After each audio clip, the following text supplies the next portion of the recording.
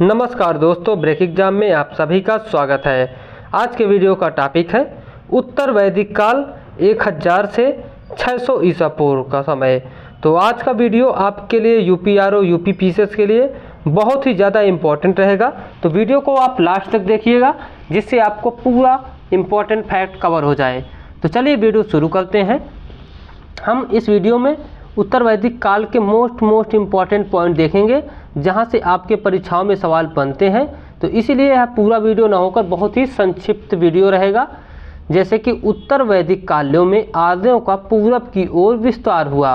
अथर्ववेद में उल्लेख मिलता है कि अंग एवं मगध आर्य संस्कृत से बाहर थे।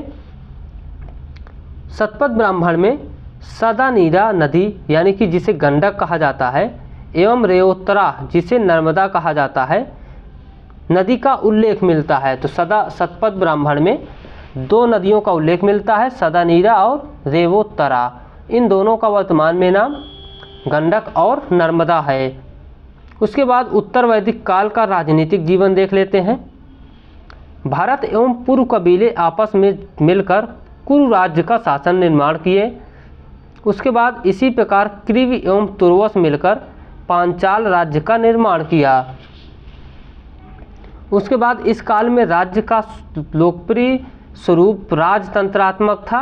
यद्यपि गणतंत्र राज्यों का भी उल्लेख मिलता है, लेकिन बहुत ही कम मात्रा में गणतंत्र राज्यों का उल्लेख मिलता है। इसलिए बहुतायत मात्रा में लोकतंत्र यानी कि राजतंत्रात्मक स्वरूप मिलता है। उसके बाद राजा का पद वंशानुगत होता था, लेकिन राजा का निर्वाचन भी किया जाता था। तो राजा का पद वंशानुगत होता था और राजा का निर्वाचन किया जाता था। राजा की सहायता के लिए सभा एवं समिति नामक परिषदें होती थी, यानी कि सभा और समिति नामक दो मंत्रिपरिषद काउंसिलें होती थी। अथर्ववेद में सभा एवं समिति को प्रजापति के दो पुत्रियों के नाम पर कहा गया है कि सभा और समिति प्रजापति की दो पुत्रियां हैं। उसके बाद सामाजिक जीवन देख लेते हैं। तो उत्तर वैदिक काल में सामाजिक जीवन वर्ण व्यवस्था। तो वर्ण व्यवस्था की वास्तविक स्थापना उत्तर वैदिक काल में हुई, क्योंकि वर्ण व्यवस्था जो वैदिक काल में थी उस समय काम के आधार पर बटी हुई थी, लेकिन उत्तर वैदिक काल में यह रंग रूप के आधार पर वर्ण व्यवस्था फैल गई। इस काल में ब्राह्मण, क्षत्रिय, वैश्य एवं शूद्र चारों वर्णों में अंतर स्पष्ट करने के लिए भेदपरक वर्ण व्यवस्था स्थापित हुई। उसके बाद इस काल में वर्ण व्यवस्था जटिल होने लगी। शूद्रों वैश्यों को अनस्य बलिकृत अर्थात कर देने वाला तथा शूद्रों को वैश्यों को अनस्य बलिकृत और वैश्यों को अनस्य प्रेष्य कहा गया है, अर्थात दूसरों की सेवा करने वाला। उसके बाद अस्पृश्यता यानी कि छुआछूत का उल्लेख नहीं मिलता। शूद्र यज्ञ भी कर सकता था उस समय। तो उत्तर वैदिक काल में छुआछूत का उल्लेख नहीं मिलता, लेकिन उस समय शूद्र यज्ञ कर सकता था। उसके बाद स्त्रियों की दशा कैसी थी। इस काल में भी बाल विवाह का प्रचलन नहीं था। 16-17 वर्ष की आयु में कन्या का विवाह किया जाता था। संगोत्र विवाह वर्जित था। उसके बाद इस काल में भी स्त्रियों को शिक्षा दीक्षा का पूर्ण अधिकार प्राप्त था। स्त्रियां गुरु आश्रम में जाकर शिक्षा ग्रहण करती थी। उसके बाद देख लेते हैं मैत्रेयी संहिता में स्त्रियों को असत्य भाषी कहा गया है। तो मोस्ट इम्पॉर्टेंट पॉइंट है। कौन सी संहिता है? मैत्रेयी संहिता में स्त्रियों को असत्य भाषी कहा गया है। इसी ग्रंथ में स्त्रियों को मनुष्य की 3 बुराइयों में से एक बताया गया है।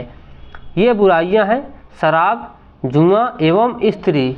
तो पुरुष की 3 बुराइयां कौन होती है? शराब, जुआ और स्त्री। उसके बाद आश्रम अवस्था। तो आश्रम अवस्था जीवन में क्रमबद्धता लाने के लिए तथा लौकिक एवं पारलौकिक सुख की प्राप्ति तथा मनुष्य के सर्वांगीण विकास के लिए हिंदू व्यवस्थाकारों ने आश्रम व्यवस्था की स्थापना की। आश्रमों की संख्या 4 है। ये कौन कौन आश्रम है? तो सबसे पहले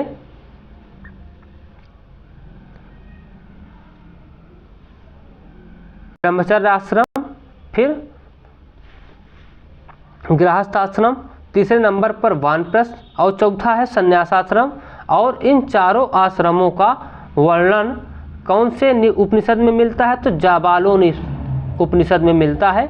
मोस्ट इम्पॉर्टेंट पॉइंट है, चारों जो आश्रम हैं उनका वर्णन कहाँ मिलता है? तो जाबालो उपनिषद में। उसके बाद 4 आश्रम कौन कौन है ये देख लेते हैं। पहला है ब्रह्मचर्य आश्रम, शैक्षणिक उपलब्धियां एवं बौद्धिक विकास हेतु जन्म से 25 वर्ष तक। दूसरा है गृहस्थ आश्रम, 25 से 50 वर्ष तक, सामाजिक विकास हेतु धर्म अर्थ काम की प्राप्ति के लिए। उसके बाद वानप्रस्थ आश्रम, 50 से 75 वर्ष तक, आध्यात्मिक उत्कर्ष हेतु। उसके बाद संन्यास आश्रम, 75 से 100 वर्ष तक, मोक्ष प्राप्त करने के लिए है। उसके बाद देख लेते हैं हम 4 आश्रमों में गृहस्थ आश्रम को सर्वश्रेष्ठ बताया गया है। तो ये भी इम्पोर्टेंट पॉइंट है कि चारों आश्रमों में सबसे बेस्ट आश्रम या सर्वश्रेष्ठ आश्रम कौन है? तो गृहस्थ आश्रम। इम्पोर्टेंट पॉइंट है। उसके बाद संस्कारों के बारे में देख लेते हैं। तो मनुष्य के स्वरूप को पुरस्कृत या सुसंस्कृत एवं परिष्कृत करने के लिए संस्कारों की व्यवस्था की गई। संस्कारों का लोकप्रिय उद्देश्य अशुभ शक्तियों का निवारण करना तथा भौतिक समृद्धि प्राप्त करना था। हिंदू धर्म में 16 संस्कार सर्वाधिक लोकप्रिय हैं। इन 16 संस्कारों के बारे में देख लेते हैं। पहला है गर्भाधान, यानी कि माँ के गर्भ में जीव की स्थापना करना। तो पहला है गर्भाधान। दूसरा है पुंसवन, पुंसवन है पुत्र प्राप्ति हेतु।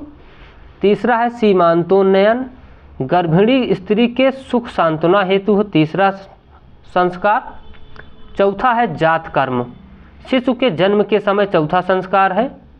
पांचवा है नामकरण, शिशु का नामकरण करना है। छठा है निष्क्रमण, घर से पहली बार बाहर निकलने पर छठवां संस्करण है निष्क्रमण। उसके बाद अन्नप्राशन, तो अन्नप्राशन पहली बार अन्न ग्रहण करने पर। उसके बाद 8वां संस्कार है चूड़ाकरण, यानी कि मुंडन संस्कार पहली बार सिर मुड़ाने पर। उसके बाद 9वां कर्णवेधन है, जब शिशु का कान छेदा जाता है।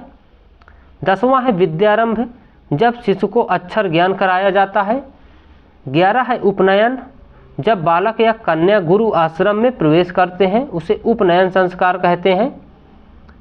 12 नंबर है वेदारंभ, जब पहली बार वेद का अध्ययन करते हैं। 13 नंबर है केशांत, जब बालक पहली बार दाढ़ी एवं मूछ बनवाता है।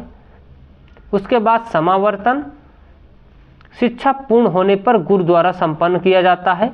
उसके बाद 15 है विवाह आश्रम या विवाह संस्कार, जो कि गृहस्थ जीवन प्रारंभ करने के लिए किया जाता है। 16 है अंत्येष्टि, मृत्यु के बाद अंतिम संस्कार है। उसके बाद है कृषि, तो कृषि क्या है? उत्तर वैदिक काल में कृषि की महत्ता बढ़ गई। तैत्तरीय उपनिषद में उल्लेख मिलता है कि अधिक अन्न पैदा करना, तो अधिक अन्न पैदा करना यही हमारा संकल्प होना चाहिए। उसके बाद देख लेते हैं शतपथ ब्राह्मण में व्यवस्थित ढंग से कृषि करने का उल्लेख मिलता है। और अगला है काठक संहिता, तो काठक संहिता में उल्लेख मिलता है कि हल को खींचने के लिए 24 बैल लगाए जाते थे। तो काठक संहिता में ऐसा वर्णन है कि हल को खींचने के लिए 24 बैलों को लगाया जाता था। और कृषि करने का व्यवस्थित ढंग शतपथ ब्राह्मण में मिलता है। उसके बाद पशुपालन कैसे होता था उस समय, तो अथर्ववेद में गोवध करने वाले को मृत्युदंड का विधान किया गया है, यानी कि उस समय गाय सबसे प्रमुख पशु था। उसके बाद शिल्प व्यवसाय, ऋग्वैदिक व्यवसाय तो प्रचलित रहे, लेकिन अनेक नए व्यवसाय भी प्रचलित हुए। तो शिल्प व्यवसाय में बहुत सारे नए नए व्यवसायों को अपनाया गया, जैसे कि श्याम अयस्क लोहा, लोहित अयस्क तांबा, अयस कांसा, हिरण्य सोना, रूप चांदी, शीश शीशा और त्रप गदांगा का उल्लेख मिलता है। तो ये सारी धातुएं हैं, इनको याद रख लीजिएगा, मोस्ट इम्पॉर्टेंट धातुएं हैं। श्याम अयस लोहे को और लोहित अयस तांबे को, अयस कांसे को, इस प्रकार से सभी धातुओं को याद रख सकते हैं। उसके बाद व्यापार देख लेते हैं। इस काल में व्यापारियों को वणिक कहा जाता था, मोस्ट इम्पॉर्टेंट पॉइंट। व्यापारियों के अध्यक्ष को श्रेष्ठी कहा जाता था। उसके बाद इस काल में ब्याज पर धन देने का व्यवसाय भी प्रचलित था, जिसे कुसीदी कहा जाता था। यजुर्वेद में 100 चंपुओं वाली नाव का उल्लेख मिलता है। उसके बाद धार्मिक जीवन है। उत्तर वैदिक काल में धार्मिक जीवन में महत्वपूर्ण परिवर्तन आया। एकेश्वरवाद की प्रवृत्ति मजबूत होने लगी। इस काल में पहले के कई महत्वपूर्ण देवताओं की महिमा घट गई तथा नए देवता महत्वपूर्ण हो गए। उसके बाद प्रजापति देख लेते हैं। प्रजापति इस काल के सर्वश्रेष्ठ देवता बन गए। इंपॉर्टेंट पॉइंट, उत्तर वैदिक काल के सर्वश्रेष्ठ देवता कौन थे? तो प्रजापति। इन्हें देवताओं का पिता कहा गया। उसके बाद पूषण शूद्रों के देवता माने गए और अग्नि की महत्ता बनी रही। इन्हें मनुष्यों एवं देवताओं के बीच मध्यस्थ के रूप में महत्व बना रहा। उसके बाद देख लेते हैं वैदिक काल से संबंधित महत्वपूर्ण तथ्य कौन कौन है। ऋग्वेद के 2 से 7 तक के मंडल सबसे प्राचीन हैं। इन्हें वंश मंडल भी कहा जाता है। उसके बाद गायत्री मंत्र की रचना ऋग्वेद के 3रे मंडल में हुई है।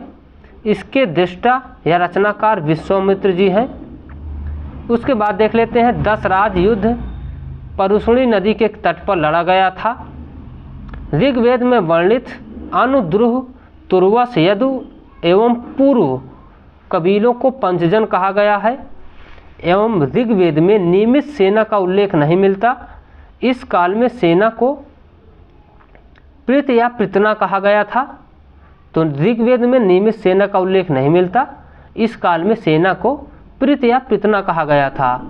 बोगज गोई अभिलेख में हित्ती एवं मितानी नामक 2 कबीलों के बीच हुई संधि का उल्लेख है। उसके बाद वैदिक साहित्य में सप्त सैंधव प्रदेश को देवकृत योनि अर्थात देवताओं द्वारा निर्मित क्षेत्र कहा गया है। तो वैदिक साहित्य में सप्त सैंधव प्रदेश को देवकृत योनि या देवताओं द्वारा निर्मित क्षेत्र कहा गया है। उसके बाद बाल गंगाधर तिलक ने the Arctic home of the Aryans नामक पुस्तक लिखी।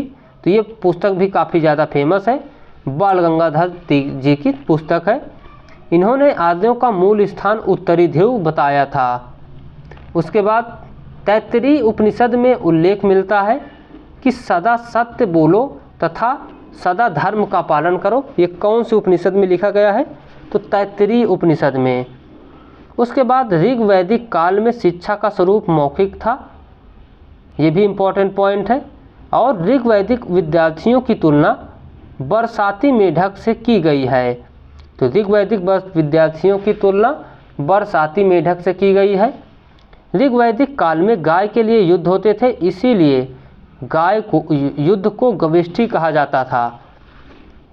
उसके बाद देख लेते हैं राज्याभिषेक ब्राह्मण, क्षत्रिय और वैश्य मिलकर 17 प्रकार के जल से करते थे। उसके बाद स्त्री विद्यार्थियों की भी 2 श्रेणियां होती थी। सदोवधु यानी कि 16-17 वर्ष की उम्र तक गुरु आश्रम में रहकर ज्ञान प्राप्त करना। उसके बाद दूसरी थी सदोवधु के बाद ब्रह्मवादिनी, अधिक समय तक या जीवन पर्यंत गुरु के पास रहकर शिक्षा प्राप्त करने वाली स्त्री। शूल सूत्र में यज्ञ वेदी के निर्माण की तकनीक मिलती है। तो शूल सूत्र है, उसमें यज्ञ वेदी के निर्माण की तकनीक मिलती है। उसके बाद देख लेते हैं ऋग्वेद में इंद्र को युद्ध देवता समझा जाता था और गोत्र शब्द की उत्पत्ति गोष्ठ शब्द से हुई है। गोष्ठ का अर्थ उस स्थान से है जहाँ सामूहिक रूप से गायें रहती थी। गोत्र शब्द का सर्वप्रथम उल्लेख ऋग्वेद में मिलता है। तो इम्पोर्टेंट पॉइंट कि गोत्र शब्द का उल्लेख सर्वप्रथम कहाँ पर मिलता है। तो दोस्तों आज की वीडियो में बस इतना ही। मिलते हैं आपसे कल नए वीडियो में भारतीय दर्शन और धर्म। तो चलिए, आपको वीडियो उम्मीद है पसंद आया होगा। यदि आपको इस वीडियो का PDF प्राप्त करना है तो हमारे टेलीग्राम चैनल पर जुड़ जाइए, वहाँ से आप इसका PDF प्राप्त कर सकते हैं। Thank you, bye.